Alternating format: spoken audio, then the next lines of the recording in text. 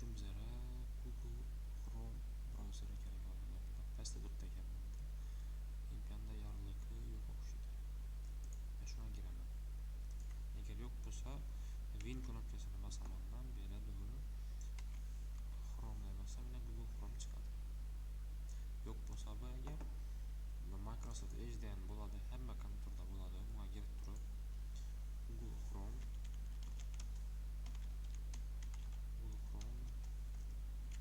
skачать download bosamiz. Shundan birinchi google.com desani chiqib shundan skачать etib olamiz. Bundan emas, imana google.com da get top browser deydi. Shuna kiramiz. Buni skачать bosamiz, keyin ustoqqa turamiz. Hozir Google ga kiramiz. Shunday bo'limga chiqadi. Agar bunday chiqmasa, hozir misol shunda shu ko'rinishda chiqsa, bu yerdan mana bu o'ng tarafdagi bosamiz. И постоянно добавить профиль Chrome. Shuna bosamiz. Bu yerdan войти ni bosamiz. Keyin bu yerda создать аккаунт. Аккаунт создать. Для личного использования, для ребенка, для работы или бизнеса. Bu shaxsiy ishlatish uchun, farzand uchun, ish va biznes uchun. Bizlar shaxsiy ishlatish uchun. Email. Bunda ishlar. Endi shuni belgilab yozsangiz bo'ladi. Emailni familiya. День 4 yanvar 2001 по Moskva. Keyin dalini bosamiz. Bu yerda bizlara shunday pochtalarni o'zi tavsiya qiladi. Gerrahim 399, Rahimov Vanchar 657. Agar shular sizlarga ma'qul bo'lsa, birsini tanlab turib dalini bosamiz. Agar ma'qul bo'lmasa, bizlara создать собственный адрес chiqmaydi. Biza o'zimiz o'ylab topib yozib ko'ramiz. Misol uchun Rahimov degani kerak. Bu yerdan chiqadi. Shuni belgilar girmaydi bular. Shularni yozish mumkin emas. Bu yerda faqat nuqtani ishlatsak bo'ladi. Nuqtaga bo'lmasa nuqtasiz ham yozsa bo'ladi.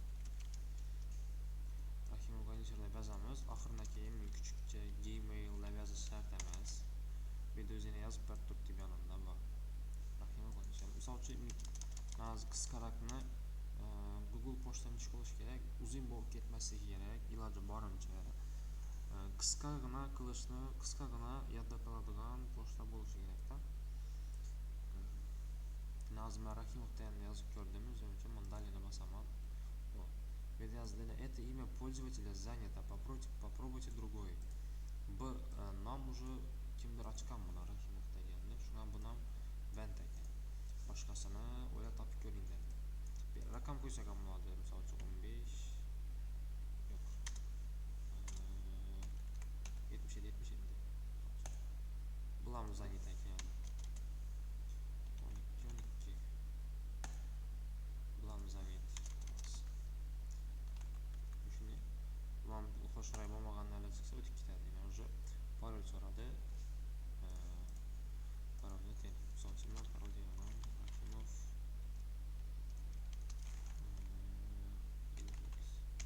7894. Dali. Shunday QR kod so'raydi bizdan. Beda turibdina. Прежде чем создать аккаунт, подведите некоторые данные. Akkaunt yaratishdan oldin ozgina shundagi ma'lumotlarni tasdiqlab bering. Bu yerda nima deydi? Отсканируйте QR-код с помощью телефона. Bu QR-kodni telefon orqali skanerlang. Telefonimga giraman. Telefonimga girdim, skanerga yoqaman. Mana shu ko'rdingmi? Hop, skaner ko'rdi. Endi shuni skanerlayman. Skanerlayman. Endi shu skaner etganda ссылка bo'ladi. Buni открыть в браузере ataman. Bunda Chrome tanlayman. Shuningdek, verify your phone number bu yerda yozib turibdi. Telefon o'zingni telefon nomeringni tasdiqlab ber. Buning uchun send message degan pastda ham turibdi. Mana send message. SMS berish kerak. Shuni ustidan bir bosam o'zi SMS ga kiradi. Nomerlarini ham yozib beradi yana. Nomer yozilgan o'zi. Mana keyin men send message edaman. Bu yetadi.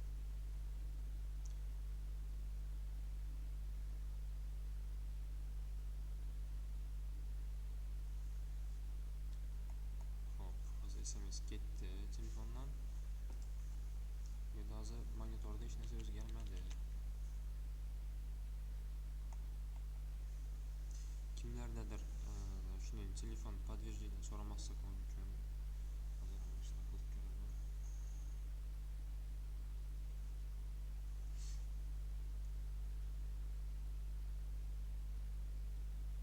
Servisi Google dan girib ko'rsam, verify your phone number. Bunda hozir verify ni bosdim. Menda verify chiqdi. Hozir yana send message edi. Endi verify ni bosdim.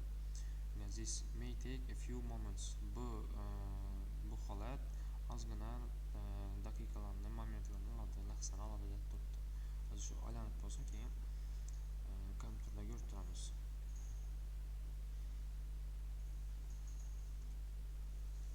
Hozir ana menda o'zi bu yerda галочка o'tdi telefonimda.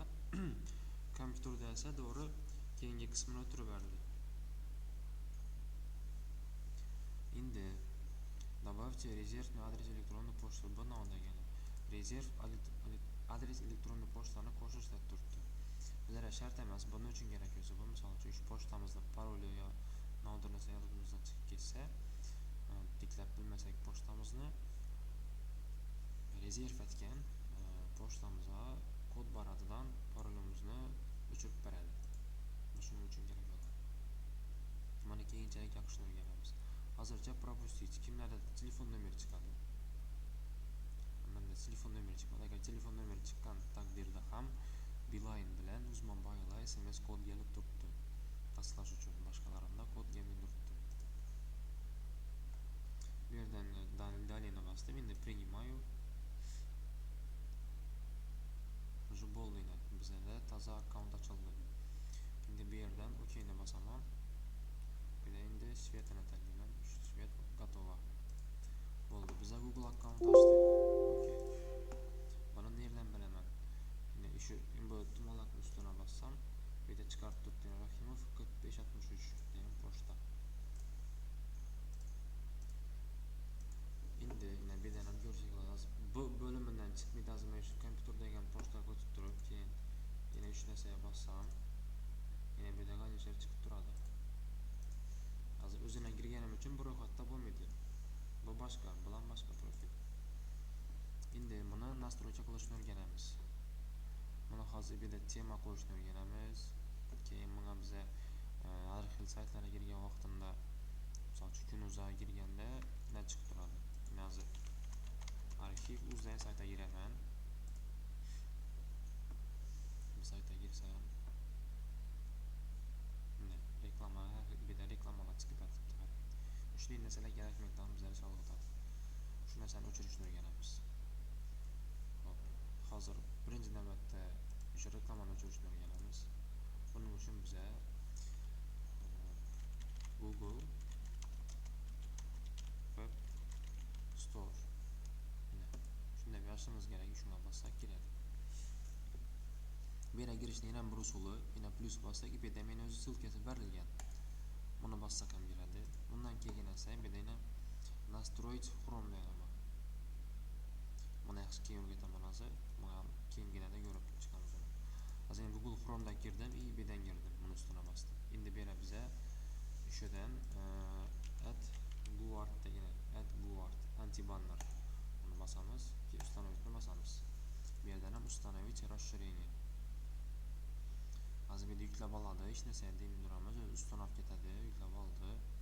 Bu yerda keyin ustanov ketgandan keyin удалить deb chiqadi yana. Keyin hozir o'zini saytini ochib beradi yana. Bu yerda удалить bo'lib turibdi. Endi hozir shu o'tib bo'lsin. Bizda o'zini menyulari bor. Shularni qilib qo'yishimiz kerak. Bizlar hozir bular kerak bo'ldi.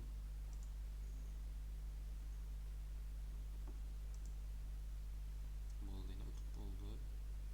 Endi hozir установить от гордия Windows bu ustanab ketib bersa bo'ldi. Endi pastga tushsak, o'shadagi menuni yoqib chiqamiz.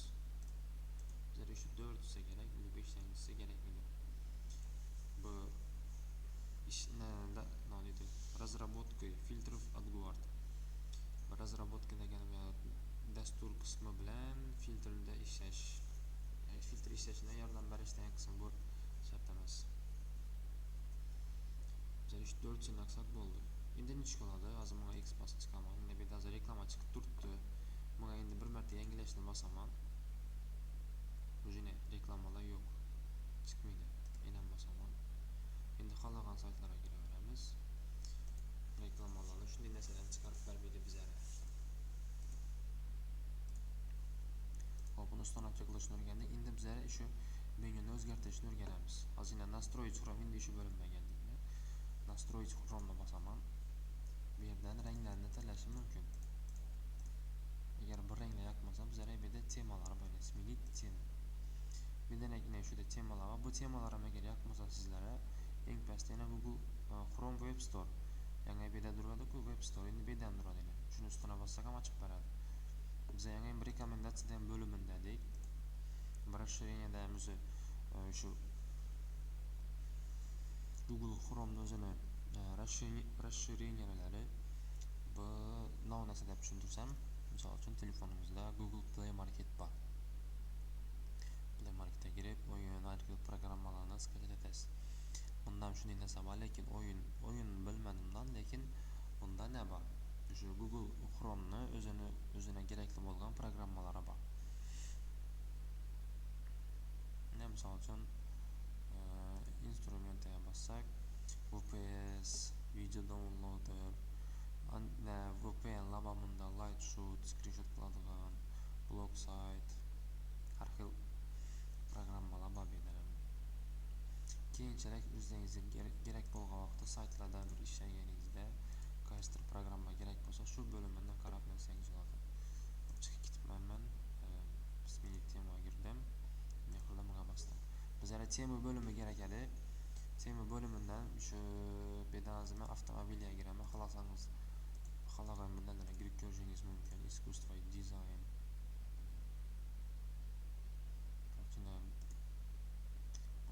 Mana ustanovlikni bosaman. O'zini ibellar ham qarayib ko'rsatdi.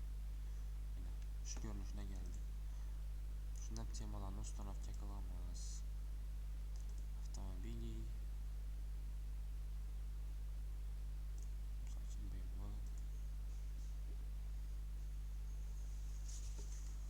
o'zgardi bu yerlar edi.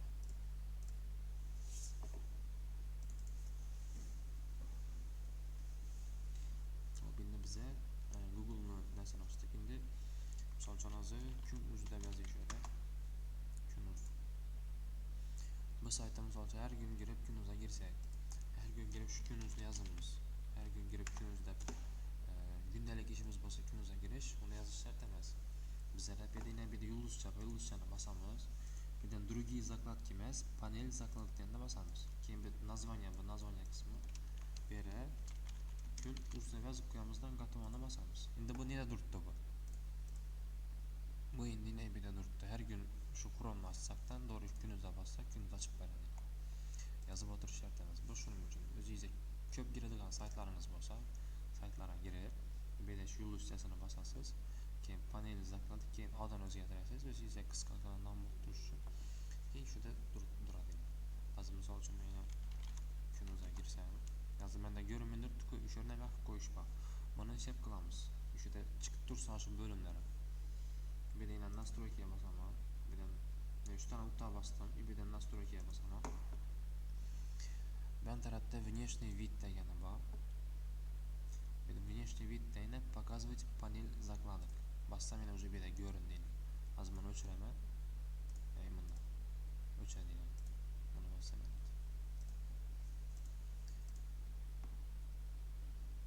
Keyingi videoda esa Google'ni nastroyka qilishni o'rgandik.